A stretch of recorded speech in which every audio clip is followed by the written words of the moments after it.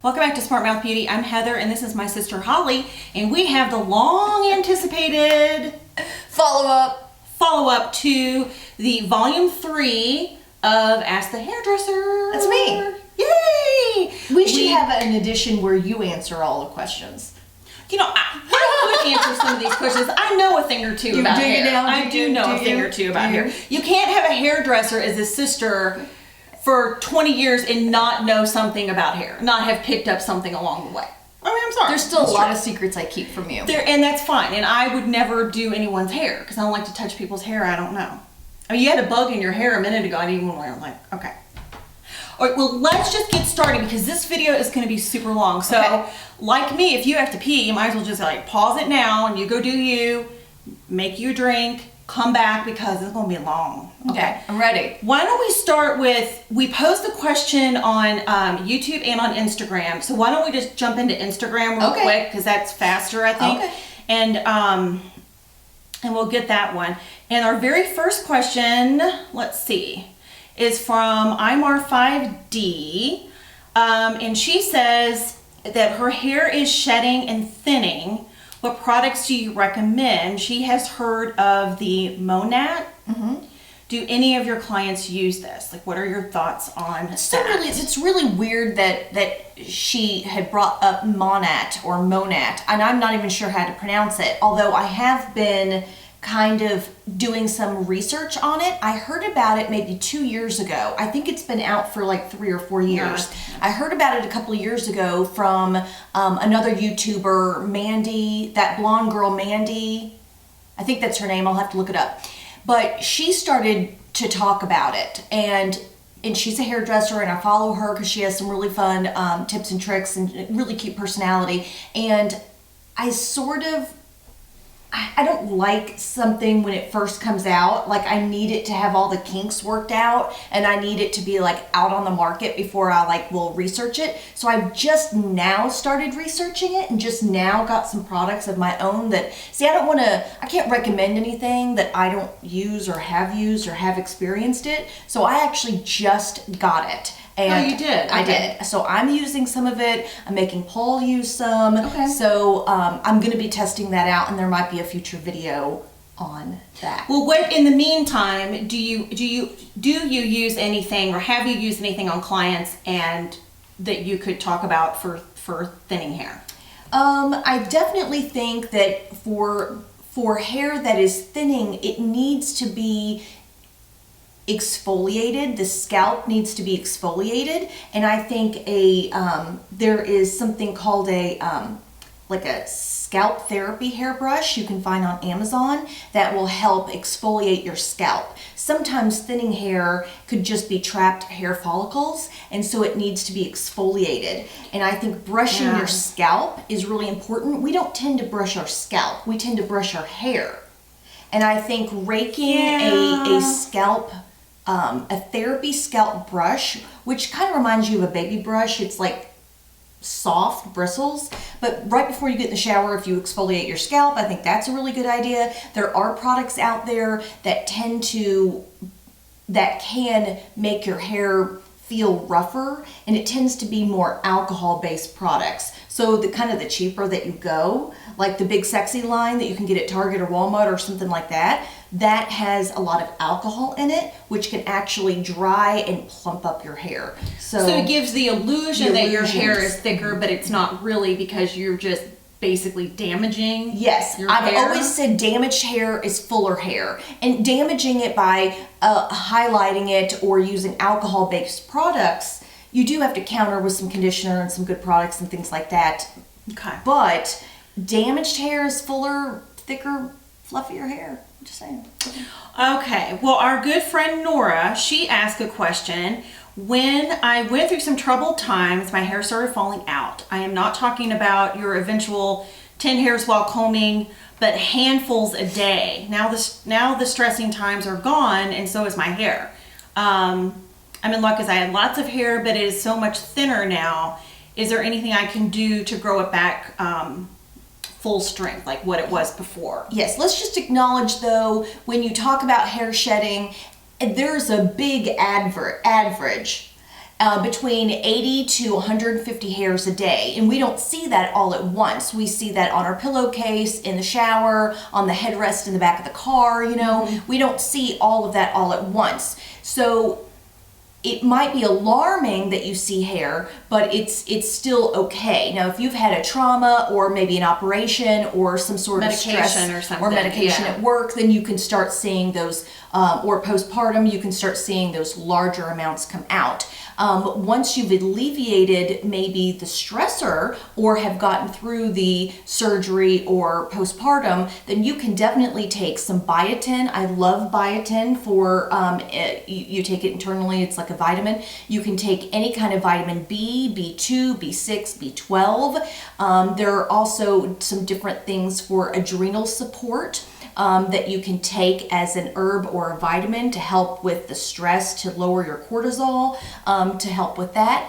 A good old scalp massage also, I would even love to talk about that. I think I did read ahead, and I don't want to skip ahead, but there was a question about postpartum, where how can you stimulate your hair to grow faster? And I've always advised clients who, when they're breastfeeding or feeding their baby, to reach up and use that time with your other hand to massage your scalp.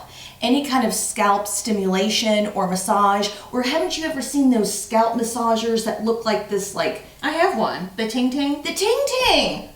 Yeah. That also works, any kind of scalp massage. You want to make sure that you can move your scalp off of your skull. So you want to make sure that when you're shampooing, conditioning, and things like that, you want to move your scalp. Yeah, okay.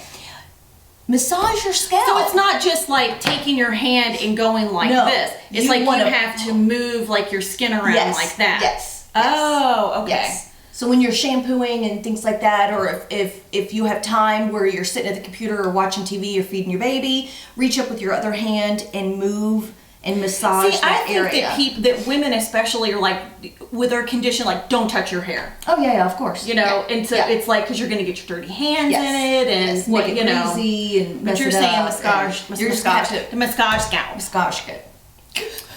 Okay, Carol Fuhr asks, I have fast growing hair, can't afford salon prices every 3 weeks. Tips for coloring at home, what to look for in box color, should the roots be dyed darker color than the rest? She has semi-gray resistant hair. Okay, so I'm always a big advocate, if you want to deposit color, you can safely do it at home. And let's just identify what deposit color. If you have gray hair and you're going to color it in the brown family, you are depositing pigment onto the gray hair. If you have blonde hair and you want your hair to be darker, you're depositing color. Now, if you have gray hair and you want to be blonde, that's lifting. You shouldn't do that at home. So if you have gray hair and you're going in the brown family, it is safe to deposit color from the drugstore, and you can do that at home. Where you get into trouble is when you're lifting or when you're trying to do an all-over change. But if you're just addressing your regrowth, you can apply, there are some products out there that say root touch-up, but it's all the same. That's just a box marketing thing. Yeah. It is all for root touch-up if you are staying in the brown category, in the brown family. So you can just apply it to the part that is growing out of your scalp. Where you get into trouble is when you start dragging it through to the ends, and I wouldn't do that. I would actually target the color that you need. I wouldn't go darker or anything, because then the line of demarcation is going to be that much more obvious. But if you were doing a deposit only, it is safe to do that at home. I like L'Oreal, I like Feria. Okay. There's that. Busy Bee Mama says, would love some recommendations for something to put on dry ends. My ends get really dry on day 2, and I'm trying really hard to get my hair longer. Yes. Okay. Okay. There's a huge variety of different hair oils that are not as scary as it sounds. When you think of putting oil on your hair, you're thinking that your hair is going to look greasy and you're going to need to wash it. But if you stick to a small molecule hair oil, which is coconut oil, jojoba oil, argan oil, and just a little bit, you put a little drop in your hand, put it through your hand and wipe it just through the ends of your hair. It is wonderful. Your hair will absorb it. It'll look a little smoother, a little bit more polished. You'll get through that second day and your hair won't be as frizzy. Small molecule oil. Small molecule oil. Mysterium Lux says, what is the worst hair dye for hair? Also, what is the worst dye job you've ever seen? Well, you can go on Instagram and see awful dye jobs. I mean, it's just, I don't know. Yeah, subscribe to Behind the Chair, which is great. I love They their have feed. really They have cute really things. cute stuff. Yeah. The worst thing that you could probably do to hair is the bleach. Just trying to do it home Just bleach. trying to do yourself home bleach. I mean, it's just scary. And when you're working with bleach, speed is key.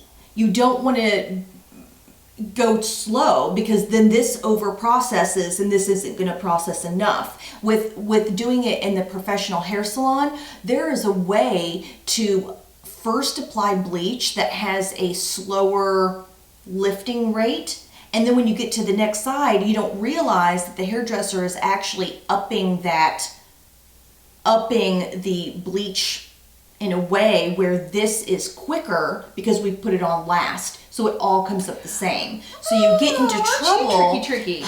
When you try to do it at home because you don't know that. Because you don't know that because you're only getting what the kit is don't bleach your hair at home. Just don't do it. Don't do that. Do it. Don't do that. Okay. Amanda Smith 04 says, what is the best shampoo and conditioner? Well, I don't know. There's It so many depends. variables. Exactly. It's what your hair is like, what this is like, what your budget's like. You know, I've been a real bit, I have it right here. I've really liked this new MAUI stuff. I think we've talked about that before in our other videos. You can get this at Target or on Amazon or Walgreens even. It's called MAUI. And they have some really good moisture products. You and I have talked also about the L'Oreal tub stuff that's really good. This smells really good. I don't know. It smells it. Oh, I don't hate that. It's like Maui in a jar. It is so good. Anyway, this is the Agave hair mask for chemical and damage treated. Soothe, heal, and quench. I love it. Again, I think you can get it at Target. That's a really good, like, deep weekly mask for anyone. So I hope that helps. I think it does. And how do you say that? Anattack? Anattack 126. I'm very sorry. We've had a very long What's weekend, up, girl? FYI. She says she's so frustrated with how quickly the gray in her temple shows up after color. When, if ever, would it be advisable to just let nature take over and go all gray? I've stopped my salon membership because of my gray will show up less than 2 weeks after. I don't feel the cost is justifiable. Also, home color brands. What home color brands are best?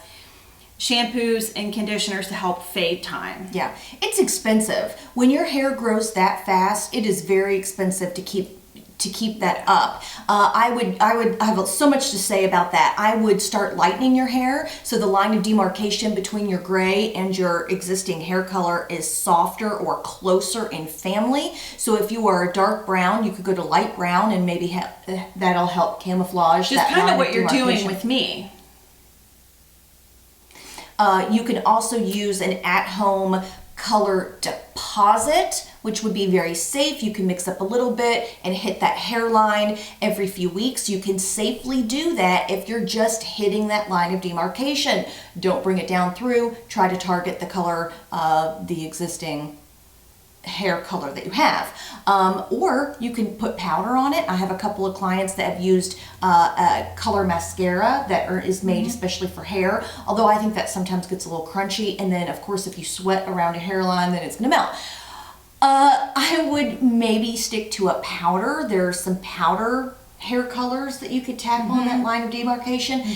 Succumbing to the gray, I mean, I don't know, you tell me. Would you ever succumb to the gray? I mean, I don't have a lick of gray, so I don't How do you know? How do you know?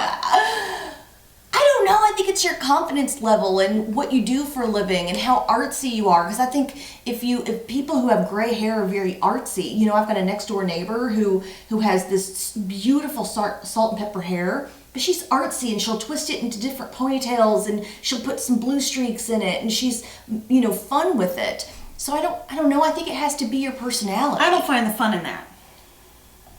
I'm going to tell you straight up. I don't like the fun in that. Okay. We go quick like a bunny. BGTZ1 says, what is the best purple shampoo to get rid of brassy hair? Yes, it's called No Yellow by FANOLA, FANOLA. Okay. Let's see. Jen D08 says, I have had frizz for the last 12 years since my son was born. It's gotten worse over the last year, so I started to search the internet and came across the curly girl method. I'm on week 3 and my hair has done a complete 360. What is your opinion on the sulfate and silicone free co-washing type routine? I'm not totally sold, but the change in my hair is hard to deny. Okay, it's called the no poo method, or you're using a sulfate-free, something that doesn't have surfactants or detergents in it, or a lot of times they'll just skip the shampoo altogether and do like a baking soda to absorb the oil or any kind of smell in the hair. I go back and forth on this. I'm with you. I know that it can repair the ends of your hair. I'm worried about long-term damage on your scalp. I have Heather Marcus, who has curly hair, who deals with frizz as well. She actually went that route, and I have forced her to do scalp exfoliation and once every 3 to 4 weeks to do a deep clarifying cleansing for your scalp, because I do worry about the sebum clogging up your hair follicles, and then it can actually suffocate the hair follicle and cause actual fallout. We all have heard about the Win shampoo. Do you remember that? Yes. It's now like in lawsuits because it has made people's hair fall out, because you're not thinking. You have to exfoliate your scalp. You have to get the oil, the grease, the hair products off of your scalp. So as much as I know that it's controlling frizz for curly hair down here by not stripping the oils and things down here, which is fine, you have to eventually exfoliate your scalp. Okay. D LaFleur 13 asks, what is your recommended heat protectant? And I find as I'm getting older, my hair is losing its bounce. I've always had thick hair, but it seems to be thinning and seems blah. Anything I can do to pick it up? It's color treated. I've stopped using a straightener and now use the N styler. Oh, I like the N styler. If you can do that, definitely. I think you need a clarifying treatment. If your hair is on the thick side, some people will use a lot of leave-in conditioner, heavy conditioner masks, a lot of oils. Once a month, you got to clarify all that stuff back off, and so you can get your bounce back. What was the first part of the question? What could you recommend a heat protectant? Oh, okay, yes. Sorry. I'm sorry. Anything that you're using in your hair prior to blow drying is a heat protectant, whether it's some sort of leave-in cream, leave-in detangler, leave-in smoothing cream or serum or oil. You don't have to always do something at the end to help protect your hair from the heat. Anything in your hair is going to help that. I always recommend some sort of hair product. Although that Paul Mitchell Hot Off the Press is probably my favorite. But that's put on dry hair. But you want to pre-prep with before you even blow dry, or if you air dry, you still need something in your hair between your hair and the blow dryer and the flat iron and the N styler and stuff like that. Okay. So I've moved over to our video, and Christine Murphy asked, hi girls, I was wondering your thoughts on biotin supplement. Also hair, nails, and skin supplements. What do you think work? And what are your favorite shampoo for dry, brittle hair? I like the new MAUI. I've been really favoring that MAUI. They have a huge line at Target, and this is not sponsored. I just happen to love the smell, and I think it's great. It's sulfate free. It's great for, they have all kinds of different ones for color treated, fine thin hair, damaged hair, and things like that. So look for that MAUI. It's really budget friendly, and I think it smells good, and it does really, really good. The hair, skin, and nails, I think, is a marketing thing. It can be overpriced. You can buy all of those separately. The main ingredient in the hair, skin, and nail supplement is biotin, B2, B6, B12. So even if you're getting those in a multivitamin, you don't have to specifically get the hair, skin, and nail vitamin. Just look for a good biotin. I think you can handle up to like 3,000 milligrams of biotin, although it might hurt your stomach. But yeah, biotin is huge. I definitely think from the inside out is really, really good. Also, I want to just say, might sound really gross, but taking fish oil supplements can also help with hair growth from the inside out. Sandra O811 says she was wondering, since she has yellow undertone in her skin, would warm tones in her hair be more flattering or cool tones? Okay, I would tend to stick towards the warm tones. We had talked about in our color theory about warm tones and cool tones. If you want your hair or makeup or clothes to look natural, go with your skin tone. So if you want a really natural, beautiful look that's very complimentary, then go with your tone, with your hair color. But girl, if you want to pop, we always talked about going against your skin tone. So if you are the warm and you want a pop look, you can go with an ashy tone. So you can go with both tones, but the most flattering is going to go with your skin tone. But if you want to pop and don't care about all that kind of stuff, and if you have fun with your makeup and you're going to like adjust your makeup to your hair color, which I usually do, then you can go against it. Or you can do whatever you want, but the most flattering thing would go with it. Okay. Antoinetta Lamberti1 says, question, my scalp actually hurts. It's to the point where I want to pull out the strands in the really sensitive areas. I resist because I don't want to be bald, but I have pulled out one or two just because I noticed that the root of the hair had what looks like a waxy capsule around it. Okay, you definitely need to exfoliate your scalp. That could be sebum buildup. You would want to use a clarifying shampoo, but that might not be enough. If she's really sensitive, then I would look for some sort of, and I'll find one because this will be like the second time I've mentioned it. It's a scalp therapy treatment hairbrush. It's a special hairbrush that you use as a scalp treatment, and you'll rake it across your scalp, and it feels really good. And you do it on dry hair, and you'll do it in sections. So you'll lift up each section and brush your scalp, and you'll do like this little quick wrist motion, and you'll keep lifting up your section. But it's gentle, so if she's already in pain, it's not going to be aggressive. Right, but I think that the pain is that there's some clogging of the pores, clogging of your hair follicles, and you've got to remove that. And I don't know if at this point a clarifying there's a bug on the light. If a clarifying shampoo is going to be enough for you. If you do a clarifying treatment or a clarifying shampoo, put it on your scalp, lather it up, and leave it for like 10 minutes and let it really do its thing. Sarah Bartlett, and she comments about that too, about scalp treatment such as exfoliators. Is it a gimmick or is it beneficial? I mean, we've talked a lot about. Okay. And now Heather Saxberg asks, Olaplex, what are your thoughts and opinions? She's been interested in having this done. I don't think I know what Olaplex is. Olaplex, it's a hairdresser secret. But it's kind of a hot thing right now, and Olaplex, she might be, there is a brand called Olaplex, what you do have, but it's kind of a generic now thing for an additive into hair color.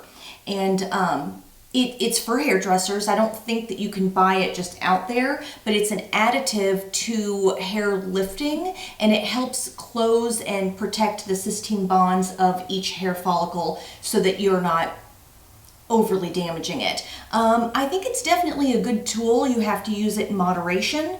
There are some Olaplex treatments. If you like bleach the bejesus out of your hair, you can have an Olaplex treatment done. It's not this grandiose miracle thing that it's promoted as, and people have really gotten on it it's like a hot topic right now. I think it can help, but I don't think it's going to be a free-for-all where you can just damage the poop out of your hair and then Olaplex will save it. Right. I think that's what it's marketed for. Olaplex will save it, but it's not the miracle thing. But I use it in moderation. I do like it. Okay. It's okay. Kara Tharp says, do hairdressers have to do or need to do continuous education classes to learn new products, techniques, etc.? Love my hairdresser, but she's been out of school for 10 years now, and she never brings any new products or styling suggestions. Okay.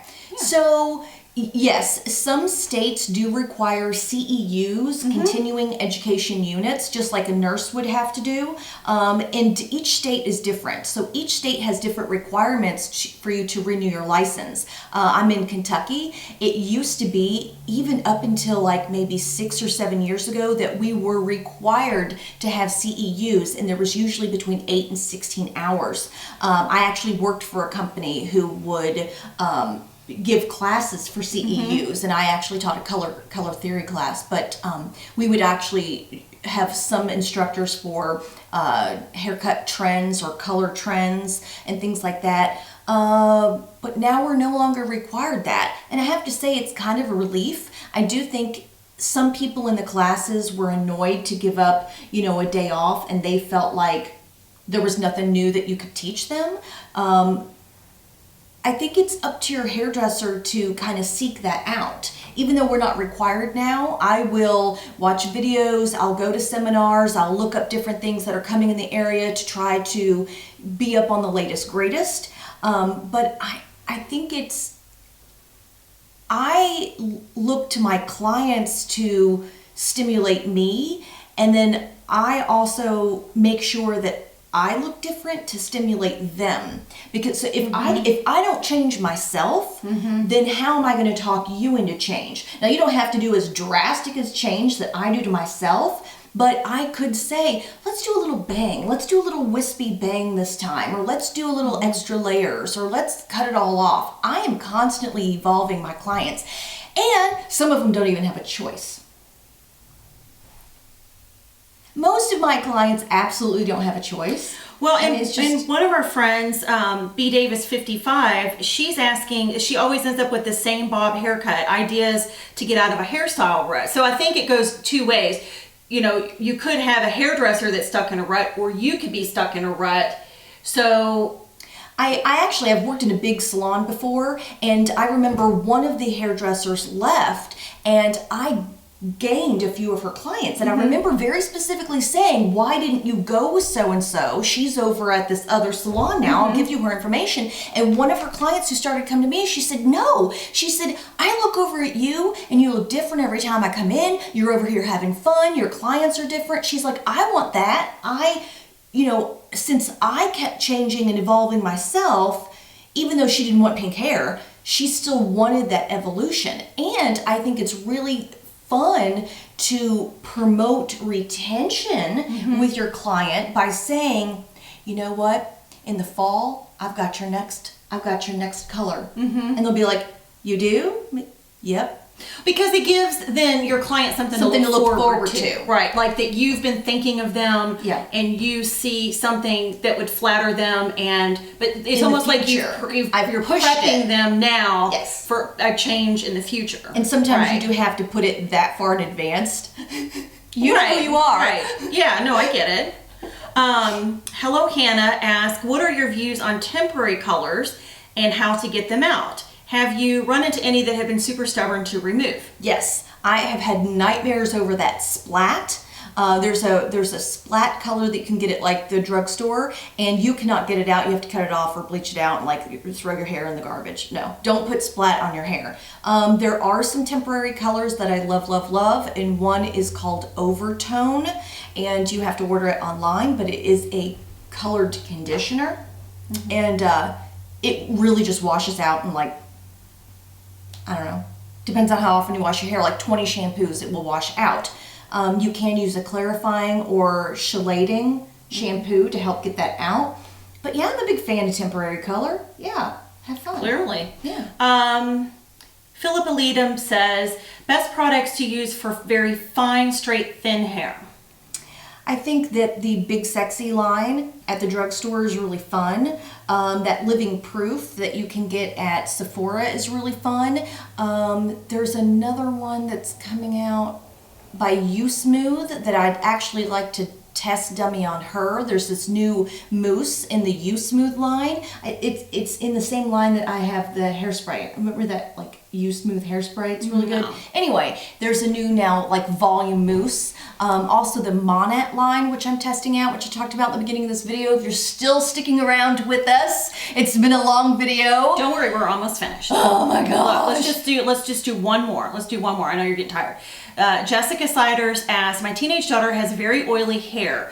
Do you know of any special treatment she should try? She washes often because she feels it is too oily to style. She tried not washing it to train it while she was at camp. She made it 7 days and washed when she got home, and the next day it was still the same amount of oiliness. It's going to take a long period of time to train. I love that she went 7 days, but I'd rather you go 3 days shampoo, 3 days shampoo, 3 days shampoo, train it that way over a longer period of time instead of just cold turkey.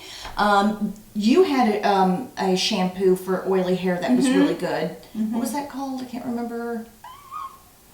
I don't know. We talked about it. We can link it down below. I don't remember the name. Okay. Also, I would love to have her try a apple cider vinegar rinse. Ooh, ACV. ACV in the shower once a week, and see if you can't try to calm down that sebum production.